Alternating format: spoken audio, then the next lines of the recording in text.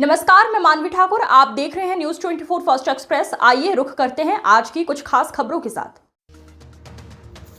औरैया जनपद के अजीतमल तहसील के नगर पंचायत अटसू में 125 वर्ष पुराना ऐतिहासिक अटसू महोत्सव का शुभारंभ 7 अक्टूबर को हुआ था, जिसमें पहले दिन आधा सैकड़ा से अधिक कुश्ती आयोजित हुई। वहीं दूसरे दिन भी आधा सैकड़ा से अधिक कुश्ती आयोजित हुई।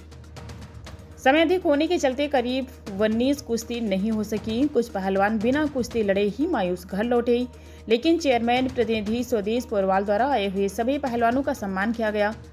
अटसू में भव्य दंगल का सफल आयोजन किया गया था। समापनकर्ता मुख्य अतिथि भारतीय जनता पार्टी के जिलाध्यक्ष सर्वेश कठेरिया, विशिष्ट अतिथि ब्लॉक प्रमुख रजनीश पांडे, यशवीर शिकरवार, भारतीय जनता पार्टी उपाध्यक्ष गणेश शंकर पोरवाल, अध्यक्ष लखना सहित अन्य अतिथि मौजूद रहे।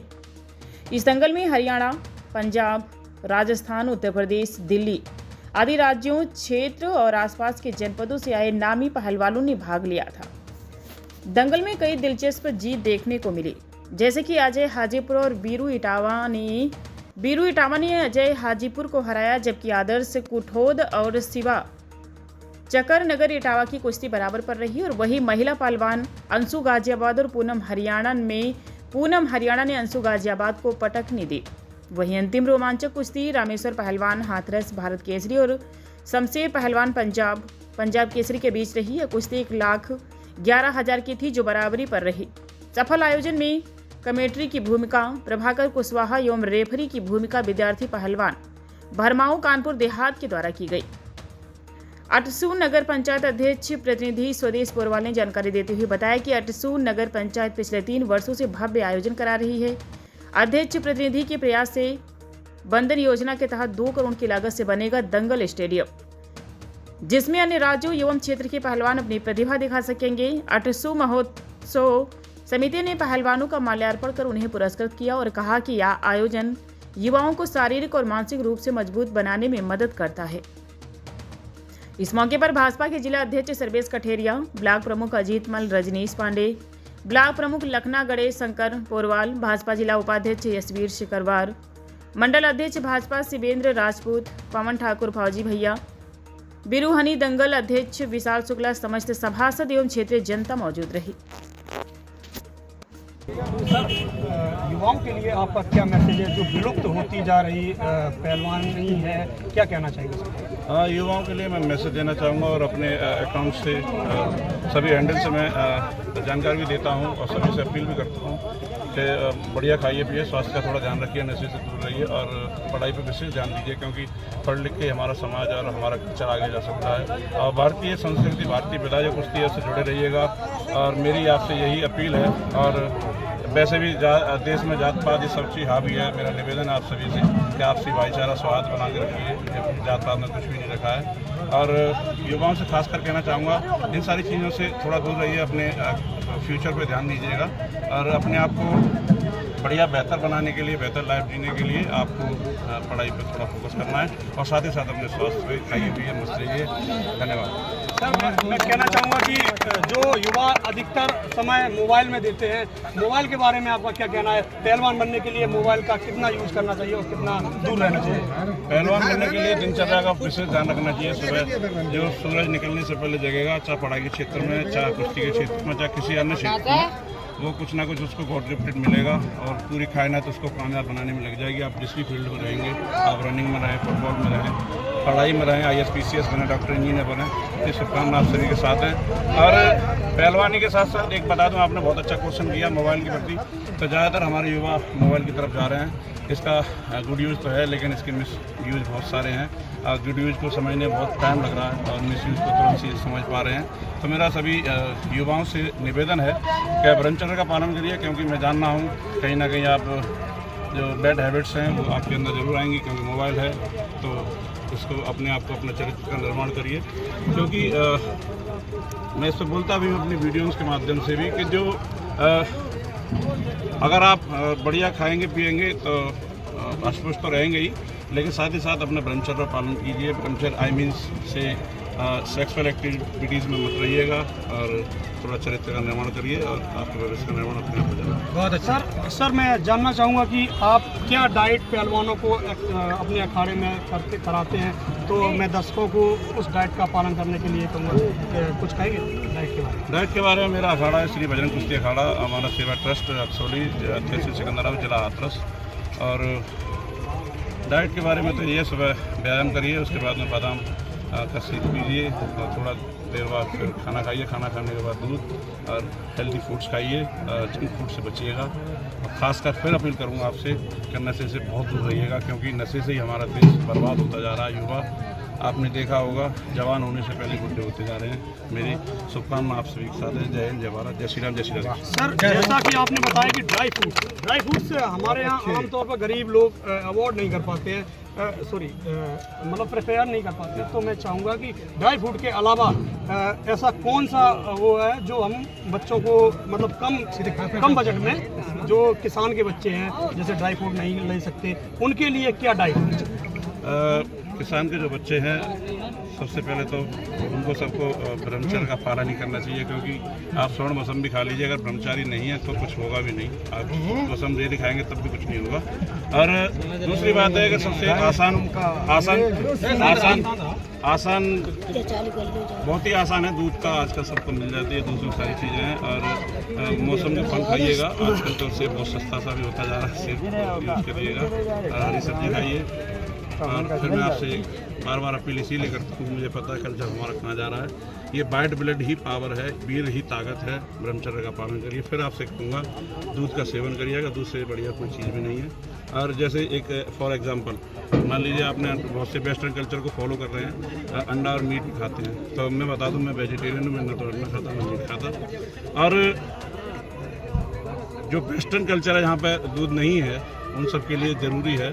अब सपोज दैट मानिए कि मतलब भैंस लगभग 1 लाख से ऊपर ही आती हैं, तो अगर अंडे से पहलवानी हो जाती तो 1 लाख की भैंस कर लेती है।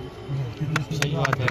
खासतौर पर यहाँ पर रामेश्वर जी पहलवान का खासतौर पर डाइट के बारे में बच्चों को, युवाओं को मोबाइल से दूर रहने और यहाँ तक कि बच्चों को काफ़ी हद तक अच्छी सलाह दी है। मैं यहाँ तक मैं रामेश्वर पहलवान जी का धन्यवाद कहना चाहता हूँ कि युवाओं को उनसे बहुत कुछ सीखने को मिलता है। और ये अपने यूट्यूब चैनल पर और अपने इंस्टाग्राम पर भी निरंतर रील डालते रहते हैं और अखाड़ों की भी रील डालते रहते हैं। सभी लोगों से आप जरा अंदाज करके देखिए, मेरी उम्र 42 यानी 42 साल की उम्र है। जब मैं 42 साल पर इतना एक्टिव रह सकता हूँ, इतनी एक्टिविटी रह सकती है, लगातार 20 मिनट कर सकता हूँ। मेरी बेटी अभी 12th किया उसने और बेटा मेरा 10th में है, तो सोचिएगा मेरे बड़े बड़े बच्चे भी हैं, तो फिर भी मैं बहुत बढ़िया करता हूँ। मैं अपनी नज़र में, शायद आपको अच्छा ना लगता हो, नहीं बहुत अच्छा, लेकिन फिर भी आप हमसे कुछ सीखिए, हमसे कुछ लीजिए। और ये सारी विधाएँ, ये सारी चीज़ें हमारे साथ चली जाएंगी। इसका हम इसलिए इसको ज़्यादा से ज़्यादा लोगों को बताते हैं कि किसी का भला हो सके।